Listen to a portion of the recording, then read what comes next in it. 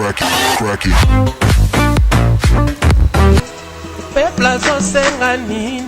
Unakuja kuvata bana batanga tape bazwa kaswe soki babeli. Que demande le peuple?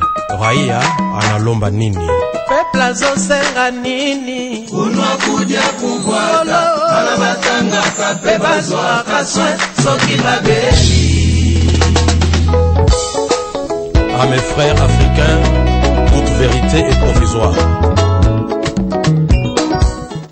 Il aura toujours plaisir à recevoir biso na banda kuna bino tozali bosenga ya peuple magazine au d'actualité ou epesa rabino d'actualité aux la République démocratique du Congo. Alors je suis Erlante Bitumba à la présentation de votre magazine. Olelo nazana sengo ya koyambela bino ba jeunes sur ces plateaux. Bo mesana koyamba na mesana koyambela bino mikolo, mais aujourd'hui j'ai des jeunes sur ces plateaux et avec eux nous allons débattre sur notre sujet du jour qui s'intitule l'insalubrité dans la ville province de Kinshasa et nous allons faire l'évaluation dans le gouvernement. Qu'est-ce qui se passe dans le gouvernement? Ils sont là, on va en parler plus avec, et je salue déjà, mais c'est Vamos que je vois. Vamos Luboya, bonjour.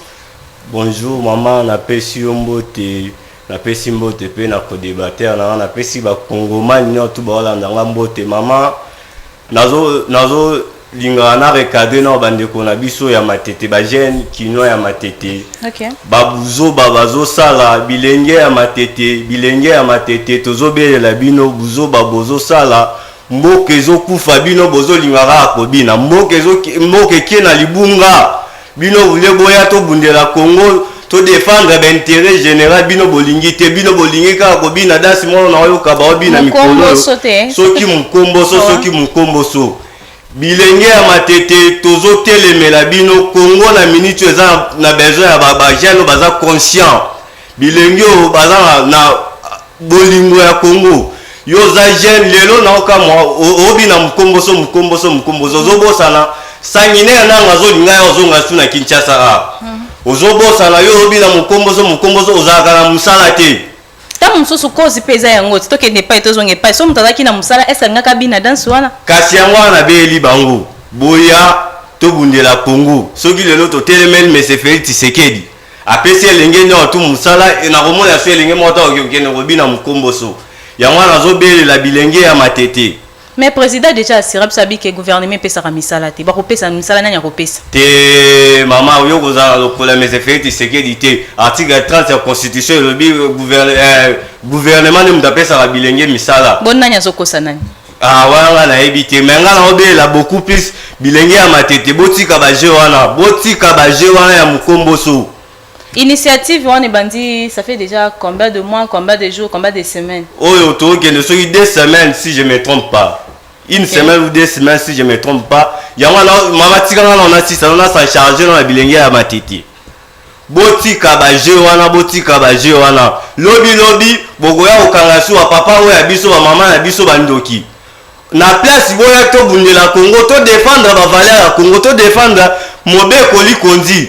To défendre la constitution mboka na biso to défendre mabele na biso bino boboye yango bino bolinga ko bina biloko babenga soki mukombo so yango nazo belela na osenga na gouverneur ya ville nazo senga na kulutu na biso bosembe. OK, waza président ya CESAC amekana kotala na biloko to mona kaka ba bilenge bayembaka banzema mabe ebongo ba bilenge bazobina badasa bosoto na matete tozo bela bango bakanga na influo bakanga na eloko. Merci beaucoup. Dans ce matete wana na ebité Kairos a préparé quitter alingaki balancer biso quelques images mais ezobina na réseaux sociaux tozo mona ngo ezali s'il faudrait qu'on interpeller tant yango yo non ekomi nanu ezoboma na batute parce que toyebi dans o réseau kende boye et comme bana commune mususu déjà bazoya écoute na ke commune na commune bayoka na raté et kosenga babunda tant ba kosenga babunda batu bakokufa batu bakokufa ekozala bien te bona République démocratique du Congo o ezali mboka na biso il faudrait ko protéger déjà ko benda déjà bango matoi non ezana no fraîche nanu ekomi nanu na état moko solidité il faut déjà ko benda bango matoi et de ce côté ici je vois monsieur Melchisedek Bosemba que je dis bonjour. Bonjour. Et merci à ko Zalalelo na plateau na biso ya One Way Télévision. Oui, c'est à moi de vous dire un grand merci d'avoir songé à mon existence et surtout Je remercie également la population congolaise qui nous suit en ce moment. Je salue mon co-débatteur et j'aimerais que l'échange et la discussion soient beaucoup plus rationnels et objectifs. Merci beaucoup. Boyebi bosinga ya peuple tozawana toza na parti prité nde tolobara toza te ke to côté la bata pouvoir ou to côté la bato ya majorité tozawana na centrale tozolobela o ezali bien na o ezali mabe et tozomona ville province ya Kinshasa tellement sale. On se voile pas la face, on se dit la vérité. Tellement sale, sale, y a sale. Et monsieur Melchisedek, yo le bini na salité oh ils ont empiré jour du jour, ils ont empiré. Je ne sais pas. Avis non Isanin. Merci beaucoup. Thématique Oyo, toujours le sur l'insalubrité dans la ville province de Kinshasa. Et ça thématique qui manque très très crucial, il faut tout le mélanger avec beaucoup de sérieuxité. Déjà, si j'ai une bonne mémoire, cette question date de longtemps. Il y a eu beaucoup de gens qui ont parlé sur l'insalubrité de la ville province de Kinshasa. Mais la question que nous devons se poser, est-ce que la responsabilité d'assainir la vie de la ville province de Kinshasa incombe aux autorités politiques, incombe à nous, la population, ou incombe à qui précisément? C'est ça la question idéale que nous tous nous devions se poser. Parce que ce qui kaka, tout ce qui est question et insalubrité, na bakonzi ya moka, vraiment par la responsabilité la biso et qu'on a vraiment malamu ya ko signaler en. Alors déjà na si j'ai autozolobela sur l'insalubrité, on a beaucoup plus tolobela to bakisa na sujet wana to bakisa sur le programme il y a gouvernement provincial. On sait très bien que la ville province de Kinshasa est chapeautée aujourd'hui par monsieur Daniel Bumba, mais quel a été, soit quelle est sa vision, quel est son projet de société, quel est son programme et quelle est sa politique publique. Et déjà sur ces autres faits, madame la présentatrice, la ville province de Kinshasa est vivaka dans la politique publique, il y a une politique publique conjoncturelle. Mais tout ça en politique publique, il y a une politique publique structurelle. Ça veut dire que tout ça en politique publique au niveau national, tout ça dans la politique publique qui sont au niveau provincial. Maintenant, comment analyser la politique publique où ils ont initié, surtout dans le secteur et l'assainissement?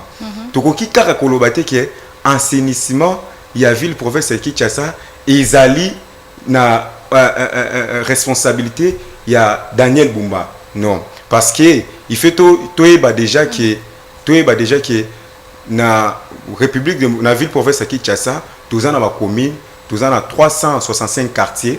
Alors, quelle est également la politique publique il y a chaque quartier? Quelle est également la politique publique il y a chaque commune? Autobing politique, on appelé politique dans le politique publique locale. Alors politique publique où ezali na responsabilité il y a mwana moka Daniel Bumba na koki teka ka koloba ke politique ya mwana moka Daniel Bumba eza na faillite ou soit politique publique na et atteindre notre objectif parce que ils en cours. Mais si nous mettons vraiment des vérités scientifiques na makam oyo tozomona tozovivre lelo, nous voyons vraiment que politique publique, soit programme, il y a des Kobumba, les autres qui ont déjà un échec. Les autres qui ont déjà un échec. Na koloba, tu jamais koloba que les autres ont un échec tant ou assilissina nous mission oyo, yemoko a signé quitter les objectifs pour lesquels il s'est assigné, na nous les a atteints. Alors il fait tout qu'il est. Mais déjà na ba 70% déjà ils échecs parce que déjà mandé aussi là. Effectivement, mandé aussi là. Mais, nazolo baké politique, il y a un programme, il y a chaque autorité, banalisarango te na cours il y a mandat nae, banalisarango na fin il y a programme nae, il y a mandat nae, netolo baké ce qui politique publique, il y a monsieur Bumba et atteindra qui effet attendu, soit politique publique il y a monsieur Bumba, et ça qui n'a pas failli tu pas. Mais ce que je pourrais vraiment parler aujourd'hui na plateau Nabiso, il y a One Way TV. Ezali ville à Kinshasa, ils ont surtout ceux qui totalent dans le quartier, ils ont beaucoup plus reculé. Tout le monde il y a l'autorité, l'absentéisme de l'État. Dans la place où ils ont vraiment reculé. Tout le monde a vraiment que jeune, netibiso, autorité pe il y a commune, vraiment doté d'un pouvoir de décision. Alors, ce sont des entités territoriales décentralisées qui sont dotées de la personnalité juridique propre et distincte de l'État et c'est de l'État. Alors, ces entrefaites, na ma capacité, il y a qu'à mettre en application toutes les politiques publiques de Kobumba et programmes de Kobumba a initié. Alors, déjà, na effet wana et là on a vraiment qu'on signaler et que ville à Kinshasa ezali très sale ou Toroloba eza vraiment sale. Muto azo représenter ville à Kinshasa eza monsieur Daniel Bumba mais na moni net oza parti pris en panzi nae o lobaka kake yena nous mandat nécessité mais mandat nécessité tanga ça na kata mandat il faudrait déjà que tout le monde a déjà que mandat oyo pena ndenge azosala osala ngo betange to mone lo côté papa nzela na Kinshasa ezate wileri wa pamba so bimi car niveau comme un degré à bouteille na kati pas possible si ko wana to lo baka ke to la fait un programme na et puis wana to ko évaluer bon déjà na liloba oyo soit maloba oyo au tenir je ne suis pas pour Bumba dans la même famille à politique na Bumba te. Je suis un analyste politique indépendant, j'ai mes idées et surtout j'analyse de la manière objective et rationnelle. La ville des provinces de Kinshasa est très sale, Moutinho Soayebi. Moutinho représenter biso ce que ezaye parce que yende mutaza wana. Même ko débatteur na ngai que ville à Kinshasa est sale. Alors, est-ce qu'il y a une question à poser qui est au préalable? Est-ce que responsabilité à quoi assainir ville à Kinshasa et zozo ngelaka kande ko Bumba? Ndiye na naza en tête. Lui il a un pouvoir il a un pouvoir légal. Yenda en tête parce que pourquoi ba bengi en tête mais azo gérer imaginez tous en ville province de Kinshasa ils en a 9965 km² où à son sein ils en a plus de 20 millions d'habitants. Vous comprenez ils ont 20 millions d'habitants. Est-ce que ndaku na ko ezala propre et osenga monsieur Bumba intervenir te balabala na ezala propre osenga monsieur Bumba intervenir te na moni déjà côté liwana donc ezo pesanga déjà na déjà position na éviter Kairo so contredire nga parce que ville province à Kinshasa c'est tellement sale mais yo boy to lobela monsieur Daniel Bumba mais tozongela na ba famille biso nyoso to yebike na ba famille oui toza wana pona ko bongisa entourage na biso mais yende siko azana pe azana obligation ya makasi lisusu na boyite que monsieur Bumba azana responsabilité ultime ya renseigner ville province à Kinshasa mais ezozongela kaka na été étant donné que bisopé population toza d'une part na responsabilité ya quoi assainir ville province à Kinshasa na ba milliers na biso. Merci beaucoup to kende mpanzi andeko Vamos Luboya parce que na yo ki lobi que monsieur Bumba responsabilité wana ezaka ya ye mon côté là c'est vrai aussi responsabilité za yete ezali toza na mapango na biso mutu na mutu oza locataire oza bailleur libanda na yo ya salite est-ce qu'il faut babenga monsieur Bumba ya ko bongisela yo est-ce qu'il faut babenga ya ba ke ko zoe ko ta zali tala avenue bozo simba te tona ba chef de quartier chef de rue toza na bango ebele tona ba bourgmestre ya ba commune est-ce que bango nyoso to na musana bango ezate musala il faut ka ba interpeller monsieur Bumba là on sait pas toki na ngambo ya monsieur Vamos pona kotuna ye question monsieur Vamos mama esengelo e ba ete na ville ya Kinshasa makambo lobi ya bosoto oya ba bouteille wana esengelo ba ete ba société wana otu epesaka mbongo na gouvernement Kinshasa OK ba pesaka misolo na bango po na kosala recyclage ya ville na yeba te mbongo wana ekendaka wapi po ba soki okena assemblée provinciale ya Kinshasa okoyoka ete ba entreprise non tout ba société non tout ya ba bouteille ya ba jus ya mai non tout efutaka misolo na bango ba futaka misolo na bango ya recyclage po ba consommateur na bango nde ba ba bosoto ba futaka misolo na bango po ville alongola ba saité wa to éviter politique ni mais c'est Bumba asaila a utiliser mbongo wana mama na oyebi soka ya Kinshasa awa ezala bosoto te insécurité na Kinshasa makamboze belé lelo soko tambo na Kinshasa soki mbule beti ba kinwa na tout ba koma ba souterrain bakino na to bakoma basote omona bakino to bako sauter et ça la kino mo ata ko tambola 5 mètres atambola normal wana kaka na époque ya Monsieur Bumba na wole biso makambo soki toye sus na makambo tali ba komi na biso ndeti ngaba ngaza mwana ngaba ya mama OK naza mwana ngaba soko ye na ngaba mama na ye biso bosoto eza wana mais na ngaba bazana comme na lisusu nani na bosani Maître Monsieur Melolinga te baboka kai boy Kairos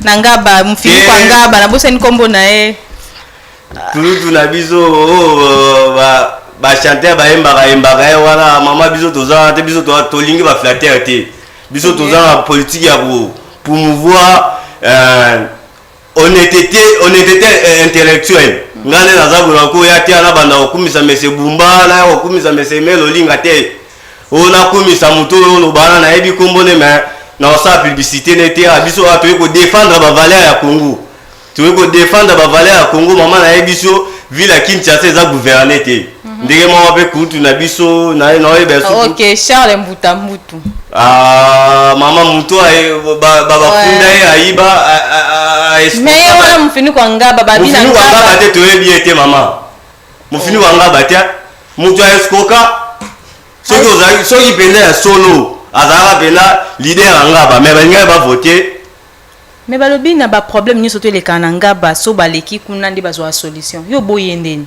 punga azara na ngaba soko lekani avenue oyo azalaka eza avenue lobo soko lekani omona avenue wana etikala polele bato bayaka esu te bato babanda koya ntango azalaka nanu wana azalaka na kulutu na biso ngobila wana bato babanda koya lelo bato bayaka lisusu te yango naoloba no ville province ya Kinshasa eza gouverner te et surtout commune na biso ya ngaba mama na yebisi yo diaspora o batiela biso na commune ya ngaba Monsieur Melolinga toyebi te kulutu na biso asoka yaki koboma commune ya ngaba esengo leba Monsieur Melolinga atikala jamais kozala mwana ngaba bango baza ba diaspora o bazo jouir lelo na souffrance ba congolais na souffrance ba bato bandima kopesa ba ville bango pona Congo lelo mais c'est fait que c'est comme ici kazali bango ba jouir na combat bato musu abundaki yango to na bela bana ngaba to telema nanu to lansaki da eloko wa elekana pétition contre Monsieur Melolinga OK nazosenga elenge na otu yanga besiko ozali soki omoni pétition yo signé otie adresse otie kombo otie na numéro na yo po pétition wana tokende kotikela yango ministre ya intérieur selon article 37 de la constitution le Congo mani on doit ya kosala pétition contre mutu nyonso otambola alimate na mboka yango na biso bana ngaba tokangisa pétition na biso mpona kokende kotika ministre ya intérieur mpo akabola biso na Monsieur Melolinga mpo Monsieur Melolinga abomi commune na biso OK kuna ndenge banzele ezosalama kuna na ngaba banzele ezosalama te banzele esalama te mama soki oye na opesa o avenue loko ya Kianza avenue Kianza o ememaka super mati sube ekomi na université principal na biso yango wana ebebi ebukani kobanda kaka kobanda po ya entre lemba na ngaba tiyaka esika maison communale ya kala ezalaka ebukani okondima te mama yo naoki ozonga kaka na makambo ya Monsieur Daniel Bumba mpona kotika mbele ya bandeko na ngai ya Mumbele avenue Mumbele banda bakata misala ti lelo problème ya misala yango mpe basimbi koto na comprendre te so mpe eza nini nani azolandela misala na yebani te awa na Willery awa pozwi Willery mpo ke bon marché c'est tout un problème eza pratiquement navigable eza te non navigable na nzela ya Willery apo okende bon marché soki okei na limete banzela ndamu okende boye banzela ndamu pourquoi pas kosimba na nzela moko bosilisi et puis boantame banzela mosusu wana eza programme wana il faut tout na ministre provincial ya infrastructure pour politique baomema politique moko ya tâtonnement baza soki basimbia po lelo tovandi boye tomoni na ngaba bafongoli su nzela moko bakomi kosala et pourtant batiki Kianza soki na oyebi biso mama avana na ya awa na lekani kote ya ezo mama soko komi kote ya ezo wana omona ndenge là que ça la miwana maman ba kongoma ina tu ba o bazaka ngambo ya mombele na yolo ba simbi ba téléphone ba otala kala bile batinde ba matana ba ki na moto ba zela soki mutu akoima ba zui image batina TikTok. OK. Soki oleka na ezo wana mama na like ko ebotami kuna na bambulo ezo beta na Kinshasa otoyebite tokosuka mama soki otali na Kinshasa otozali na place le roi paye du peuple koma kodinda makambu ya soni o biso to mona lelo en plein 21e siècle et puis banal bazal au pouvoir eza IDPS banani toki ko reprocher population to reprocher gouvernement. Normalement il faut reprocher bakambi mboka. Normalement bato baza à la base il y a discussion mboko eza autorité provinciale à la ville à Kinshasa bato reprocher bango wana parce que na so otani na constitution article 62 la constitution le bibe nul n'est censé ignorer la loi. Si vous voulez bisanga moto a ignorer loi yo tikiye. Mais so totali pe toki ko condamner kaka ba konzité toki ko question ne ko zongi la pe biso moko na kata banda kuna biso na lambi na sisi kolamba na zuma wana ya fufu ya bosotonyo soto na bwaki yango na nzira nazo zela nanya ya kolongwela ngai. Mama na ba commune na biso tozaka na service ya hygiène. Yango nde mutetala ka makambo ya hygiène na commune basala ka musani. Chaque fin du mois bazwaka misolo na bango ebimaka. Siko bato wana basala ka musani. Yo la population mutu soki asali mabe bokangie pour la première fois deuxième fois ozongela te wana na biso mama soki bo sorte tondi lelo na ville ya Kinshasa baza ba hôtel eza gouvernorat provincial ya Kinshasa soki oyena ngaba soki ngabe eza na bosoto mutu azo promouvoir mutu azotika bosoto ezala na ngaba ye mutu asalaka salongo te kongo na mese emelo linga diaspora tata wana diaspora ene mutu azotika commune na biso ezala na bosoto mama. Le fait que ba diaspora mutu bazoya kozwa place ya kokama mboka yango tozomona makambo ezo bakisama toujours mboka ezo zala toujours na désordre toujours na kata société parce que ezaki mwana mboka penza o avandaka vraiment na kati ngaba je ne pense pas que alingaka yoka société mutu ayoka souci za mutu avandi place wana ayebi souci ya ndeko wana nde ayoka souci ya ndeko wana so mutu wana za musika tata na ba famille mutu akoza na poto soki bokola kana été bomesa na été ato kufi so ba bengi alobaka na rappeler bino autina mbongo te mais muto bovanda kana yi so bengi kozala différent alors c'est les cas na mboka na biso pourquoi ko pesa batu oyo baza libanda ya mboka baya ko gérer ba o baza na kati tandis que bango ba yebi souffrance na biso te bango ba yebi te place nini to zindara ayebi te place nini koto yo mayebi marate ayebi te mais bozu bo pesie place moko boy poste moko na pona diriger population moko boy mais c'est bosemba na zonge pa na pona ko conclure na sujet na biso o ya insalubrité pona ko leka na évaluation ya gouvernement pona ko chiter.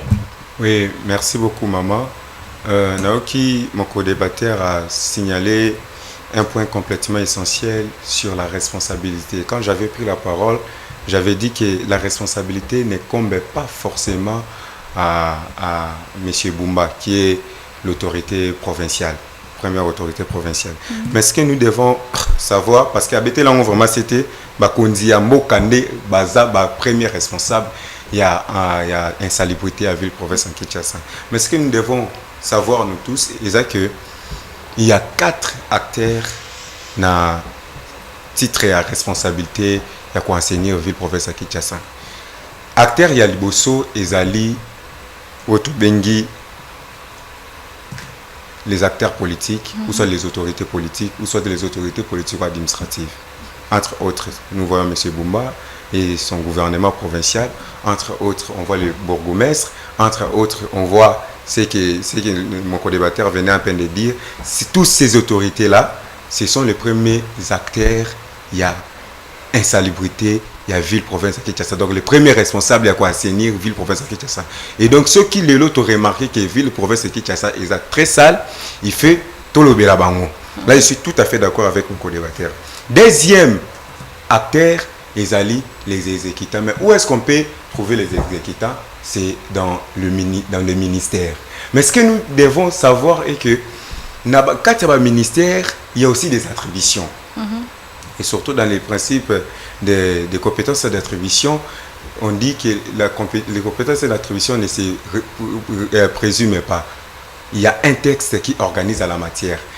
Ce qui, autorité avec province qui Kinshasa a initié programme, à mettre programme, à élaborer en haut, il y a des gens qui sont susceptibles de mettre en application, entre autres les exécutants. Mais bango baza na incapacité dans le sens nini parce que premièrement, ils ne comprennent pas l'objectif pour lequel l'autorité soit la vision. Il y a Mokondi a vu le province de Kinshasa où a signé la vision. Il y a quoi assainir ville province de Kinshasa. Deuxième élément, deuxième difficulté, ces acteurs sont beaucoup plus, généralement sont beaucoup plus les résultats des partis politiques. Ozomona, Azali, na parti tel, babenge babia kato travailler na, babenge il y a le népotisme qui bat record. Et troisième élément, autre qui peut signaler, quand on a kati ya bactère wana, tozomona ke bactère wana, bazo ciblé ba endroit oyo, ils ont vraiment pour bénéficier na programme ya gouvernement provincial. Net na pesi na commune on a outiseli. Surtout tout ni na Monsieur Bumba, est-ce que opération na qui nezo bonga? Est-ce que qui nezo bonga ils ont un impact positif na commune ya Seli, na quartier ngina? Ba population ya quartier wana ba kolobaki to yebi yango te, to mona yango te, misusu ba kolobaki to yebi be Monsieur Bumba te. Donc il y a l'absentéisme de l'État na aspect wana. Troisième acteur autoroki ko ciblé, ils ont l'exécuté. Ba oyo bazo kende ko accompagner vision ya Monsieur Bumba. Et quatrième, ils ont biso population. Na koye bisa na ko signaler na ko débatteur na ngai vraiment que biso peuple congolais, surtout peuple kinois, tous en a part responsabilité pour na ko senir ville province ya Kinshasa.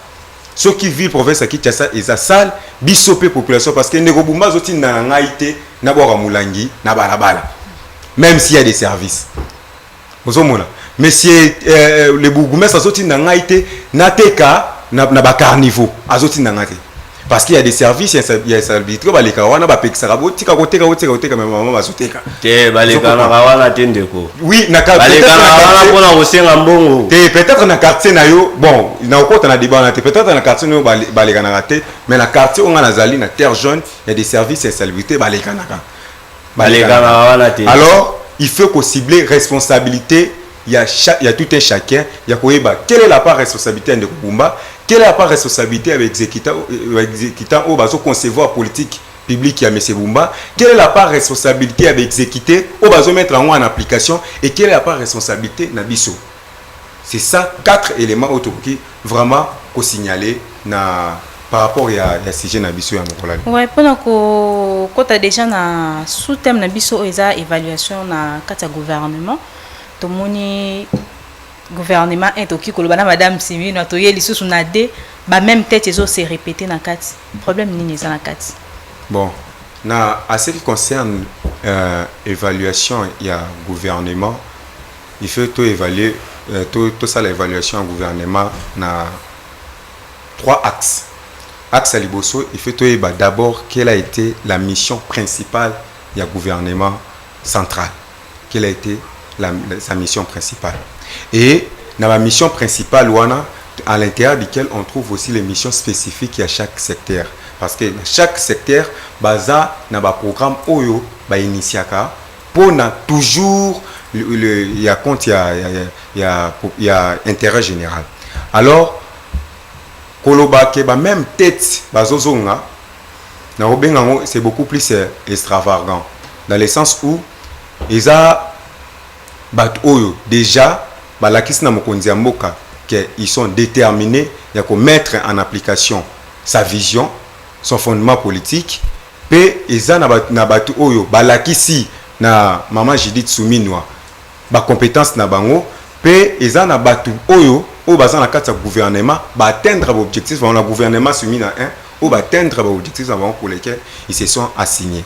Alors na canal Moussous auto na koki beaucoup plus pour impingler, c'est maintenant koyeba ba oyo ba koti na gouvernement soumis na de quelles sont leurs missions politiques, quels sont leurs objectifs politiques dans leurs secteurs respectifs. Il faut koyeba makam oyo ba eli, est-ce que ba eli simplement parce que nambo on a biso maman présentatrice nambo on a biso toujours vivre ndeti na moi théâtre moko boye hein moi théâtre moko boye dans quel sens dans le sens que on a les mêmes problèmes ils ont à chaque temps alors tout problème ils ont à chaque temps na kati ya gouvernement évaluer na yemoko madame la ministre oui. Surtout bito évaluer musala ou ya sali na kati ya gouvernement to ko pesa pourcentage combien bon ce qui tout lobby to évaluer wana na ko évaluer na gouvernement soumis na 1 parce que pesa à peu près combien na gouvernement soumis na 1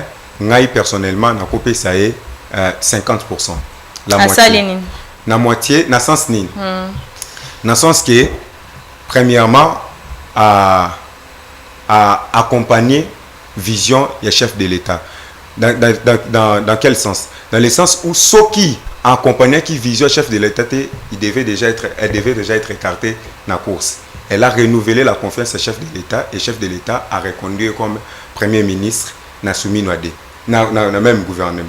Yo monité bato balobi vu que le président a posé trop ya bato diaspora vu que pas za muta diaspora yango monique a renouvelé son espoir.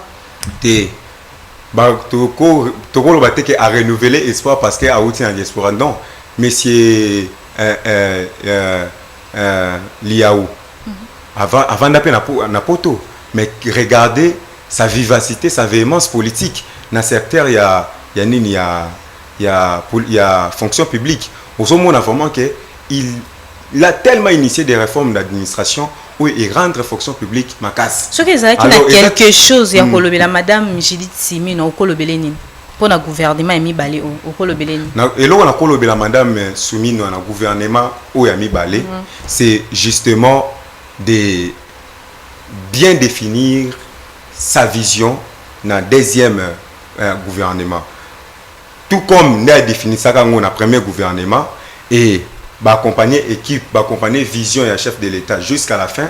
Alors, et là, on a posé c'est justement c'est mettre sur la roue et à quelles sont les failles, où est-ce qu'on peut réparer, quels sont les points forts au Tokoki pour graver na chef de la population congolaise. Et là, on a posé sans pour autant qu'au elle vient de quel parti politique, à outil na classe politique ni na famille politique ni vraiment wana ce sont des débats où on a ce sont des débats à mettre à part mais beaucoup plus à koeba azawana parce que sa carrière ils ont répondre na volonté à chef de l'État et chef de l'État à mettre confiance c'est ainsi azo continuer musala nae mais tokokika kolobake madame Sumina a échoué ce qui les lois sous première ministre était neto kolobake quels ont été les points faibles dans le gouvernement et quels ont été les points forts dans le gouvernement.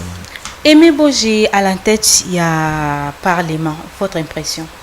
Oui, monsieur, j'avais d'ailleurs suivi monsieur les élections dans l'Assemblée nationale et je tiens à féliciter l'excellence Aimé Boji, mais mon impression est que monsieur Aimé Boji a remplacé Moutou na respecter Ramakas, monsieur Kamel, Vital Kamel. Est-ce que c'est un bon choix? Bon, une tête bien faite, mais Nakolo Baké est un bon choix, tout simplement, à répondre également à des critères. Il y a un président de l'Assemblée nationale. À répondre à des critères et à l'année procédure normale et malgré les aléas et les péripéties politiques et acquis mais Athéna qui bon et aujourd'hui total et la nous ngai na zalaka analyse beaucoup plus za prospective na lingate ko critiquer mutu na ebandelia pouvoir na zelaka asilisi comme on organise aussi des ateliers avec les jeunes dans la commune de Massina na commune Pierre ya Nsele to organiser ba atelier pour signaler quels sont les points forts il y a chaque autorité politique, quels sont les points faibles à chaque autorité politique. Mais déjà ici, je remercie beaucoup plus monsieur Aimé Boji na ko soit bâton en commandement à l'Assemblée nationale et c'est que na ko c'est justement il y a intérêt il y a population et d'être beaucoup plus rationnel objectif. Merci beaucoup Kairos. Je suis là. et kolobela kaka même sujet autozali nango ya évaluation na kati ya gouvernement toleke pa monsieur Vamos Luboya impression na yo na kati ya gouvernement au gouvernement NAD ya madame Simino oki kolobani mama esengeli oyeba ete tobandaka kotala madame Simino te il faut tobandaka na mokonzi na ye qui est monsieur Félix Tshisekedi soki otali banda monsieur Félix Tshisekedi azwi bâton de commandement banda 2019 ti le sali 7 ans mais Félix Tshisekedi azaka na d'échec soki otali projet na ye à 100 jours échec otali projet na ye à Chile Gelou échec 45 territoires échec naboyi koloba détournement oyo esalami na régime ya monsieur Félix Tshisekedi mais ouais ça 45 territoires on a quand même et salamat déjà école et tongama be hôpital et tongama na kati ba province ni mama ndeti ngabwe koto na ngai kuna na lupata hôpital ezalaka te namona école ezala na école akala ba école oyebi mama ba école bataka ba nzete boye kuna soki obeli ba opesa mutu bakisa bokoko bazwi matito basangisi bapesi yo koto na ngai na lupata échec total soki otali banda monsieur Félix Tshisekedi azwi monopole ya mboka na biso kino lelo échec mpona kokóma na madame Simino nazotala boye natali banda azwi commandement ti lelo de gouvernement oyo asali to englobe te tokende na secteur par secteur maman isinge tokende na secteur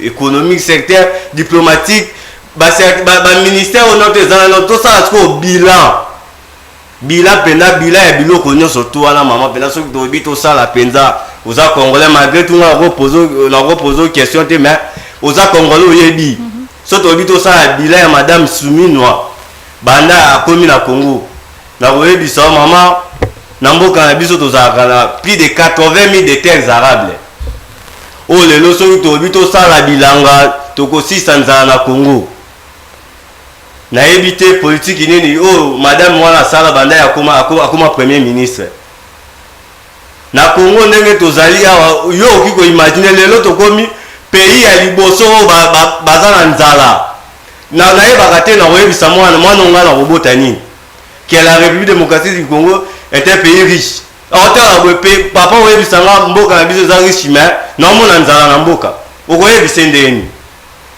natalaka boso oyo na domaine ya sécurité mama yango wana mpe na kolingana na profite napesa na mbela na monsieur Félix Tshisekedi na makambo ndenge azomemela mboka na domaine nono ya sécurité monsieur Félix Tshisekedi azoparvenir te mais basigné accord si je me trompe ezalaki samedi awa basigné accord de paix na AFC M23 siko nazoyeba te moto lokola nanga aya kozonga esu na ville ya Kinshasa nanga azonga esu na Kinshasa awa tokoyeba te monsieur Félix Tshisekedi awamema biso wapi moto asimbeli bandeko ne minduki moto abomi bandeko na ye bacongolais mais président olingi kaka kimia mama wana eza kimia te soki monsieur Félix Tshisekedi alingaki kimia alingaki utiliser article 63 ya constitution oyo elobi na cas ya agression congolais nyonso aza na obligation ya kodefendre mboka na ye omona esika kimia elingi euta biso na tu bilenge bona ndeko na nga ndenge aza na yo mama toza bilenge tokolata teni tosimi mandoki tobengana banguna muze asala yango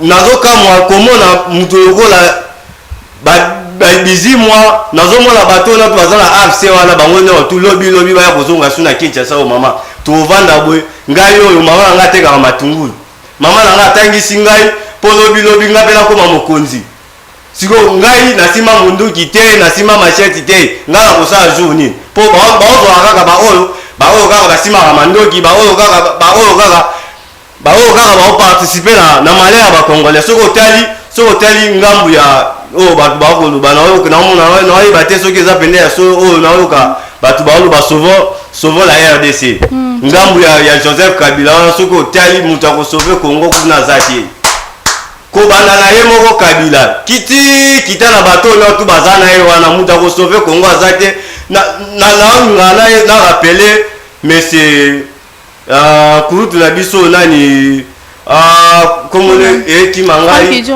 Fangi Diongo te nani José Makila okoyeba mama tozalano na Kinshasa José Makila lobani José Makila loba mbongo ya Congo bazelaka ngwebela poli ya mbongo ya Congo bien il faut zela ngwebela ça veut dire ba recette côté tango komi ebele nde oliango siko mutu wana ko sauver Congo soki na bina la kende batu mususu baza ebele wana pona kotanga bakombo na bango te toya pona kosala publicité na bango te tozobela bilenge oze elenge ba monsieur Félix Tshisekedi na régime nene na bandeko na biso ya sauvons le Congo na ba misusu ya balamuka totikelaki bango Congo basali na Congo eloko te. Il est temps oza elenge oza congolais telema Congo eza ya biso nyonso Congo za raté ya monsieur Félix Tshisekedi ya mama Congo za raté ya famille Mobutu Congo za raté ya famille Kabila famille Katumbi Congo eza ya bango te Congo eza ya biso tout yango nazobelela bilenge na tubisika tozali tolata fardo tozaka na Congo kaka moko Congo muso ezaki to défendre mboka na biso pona makambo ya doa nazoka pasi na mutema mama nazonga wana nazolinga mingi beaucoup plus nazala wana mais d'accord wana bazo signer ça pour intérêt ya population so zaki intérêt population te vous pensez que président kokaya ko signer on te mama za pour intérêt population te kozongisa na Kinshasa esengelo ebake absendenge azala soki baye kozonga ya Kinshasa lelo mama tozala ba réaliste abse oyebi bazala monopole bango basala kagani bango bazala na idée ya infiltration pour soki bakor wana esimbi eloko bango bakozwani bakoluka bakota na ba institution ya biso esengelo bato wana 4 institutions institution président de la République gouvernement cours et tribunaux parlement siko na bao misatu wana baokota na parlement baokota na cours et tribunaux nanga ochaka pe batu na ye ba magistrat na ye. Merci beaucoup. On nous signale déjà à la régie toujours chité déjà vers la fin de notre magazine. Non, ça mot de la fin pour nous conclure. Tout ce qui est pas dans de Vamos mot de la fin on a sujet Tolobela qui a insalubrité dans la ville province à Kinshasa et puis évaluation au Tolobeli. Que pour la insalubrité dans la ville à Kinshasa na obenga ba congolais ba kinois tout la moi sens ya patriotisme kolukate obebisa ville na lopo soki lelo ba déchet to boira wana yango wana kina okangama na bakalamu après okangama na bakalamu ezongela rabiso esu na bandako nazo senga sens ya patriotisme to bomisa ville na biso elo na koki koloba yango wana. Alors pour la sujet évaluation il y a gouvernement madame Sumino aza pena na échec pour la Carabiso et à bilenge misala totika vraiment nazomona nga esika pesa bilenge misala te gouvernement pesa batu misala te mama botika politique wana siko yebisa nga na tangi na Congo na tisi na Congo na ko na France il faut ça la gouvernement a élaboré un projet attends soko la nuit mais fait c'est que tant avant pesa projet na campagne abana ko bani na ko pesa bilenge misala soki bo réélire nga siko yebisa gouvernement pesa misala te.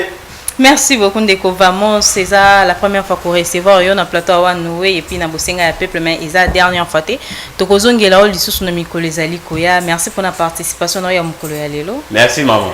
Et tokiya monsieur Melchisedek mot de la fin na yo pour na mukolo ya lelo. Merci beaucoup. Pour na sujet tolobeli sur insalubrité na sepeli na intervention ya moko débatteur où vraiment à retracer à lobby qui ville province à Kinshasa pour assainir une responsabilité et zapper d'une part la biso population et si ces entrefaites ça zone yelinga alors pour la évaluation aussi il y a gouvernement et là on a koloba tout ça la banalise zali tellement et rationnel et madame Judith Souminoa aza na plein mandat nae azo sala mandat nae azo sala nine toko kikaka ko critiquer kobimisa quelles ont été les difficultés à rencontrer dans le gouvernement nae soki atiki primature abimi netolobake ici il y a eu des faiblesses, ici il y a eu des faiblesses, ici il y a eu des points forts parce que même si bachengai bache yo maman la présentatrice bache mon débatteur la tête du gouvernement central to connaître la difficulté, to connaître ba point faible, to connaître un peu ba point fort où il vous a gravé na mémoire ya ma Congolais. Merci beaucoup. Vous avez compris que nous sommes arrivés pratiquement à la fin de notre magazine d'aujourd'hui. Prenez rendez-vous prochainement. Au revoir.